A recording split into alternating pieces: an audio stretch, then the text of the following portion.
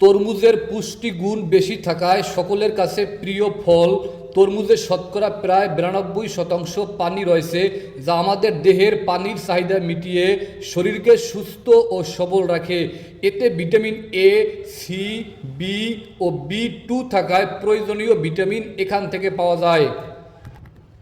তরমুজে প্রচুর পরিমাণে পানি আছে। গরমের সময় যখন ঘামের মাধ্যমে শরীর থেকে প্রচুর পরিমাণে পানি বের হয়, তখন তরমুজ খেলে শরীরের পানি শূন্যতা দূর হয়, ফলে শরীর সুস্থ ও সতেজ থাকে।